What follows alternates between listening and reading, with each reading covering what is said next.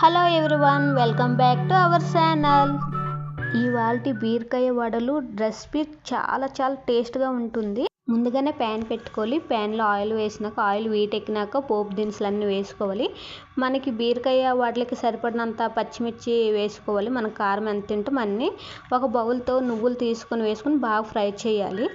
నువ్వుల్ని gold colour వచ్చే వరకు fry చేసుకోవాలి. అలాగే మన బీరకాయ తొక్కను మాత్రం బాగా కడిగేసుకొని ఒక సైడ్కి పెట్టుకోవాలి. నువ్వులు బాగా గోల్డెన్ కలర్ వచ్చినాక ఈ బీరకాయ తొక్కను వేసుకొని బాగా ఫ్రై చేసుకోవాలి.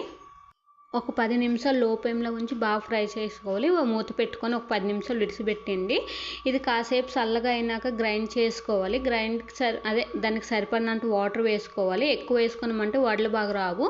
గ్రైండ్ చేసుకున్నాక ఒక బౌల్లోకి తీసుకున్నాక ఒక 2-3 స్పూన్లు పిండి వేసుకొని అలాగే రుచికి సరిపడినంత సాల్ట్ వేసుకొని బాగా కలుపుకోవాలి.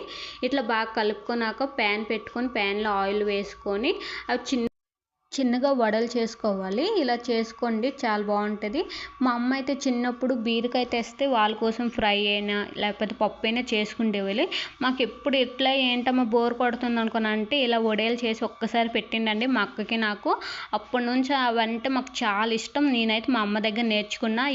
ఈ వడలు అంటే మా అక్కకి చాలా ఇష్టం అండి. బీరకాయ వడలు అంటే బీరకాయ తెచ్చిన సార్లల్లా నా కోసం కాకుండా మా అక్క కోసమైనా ఇలా చేసి పెట్టేది. ఇప్పటికైనా మా అక్కకి మ్యారేజ్ అయిపోయిన తను వచ్చిన బీరకాయ వడలు మాత్రం చేసి పెడుతుంది తనకి ఇష్టం అనుకొని. థ్యాంక్ యూ అమ్మ.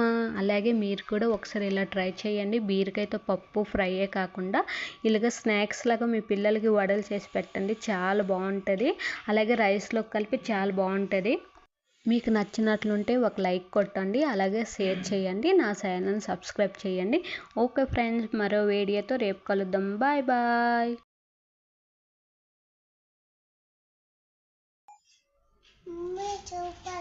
సూపరా.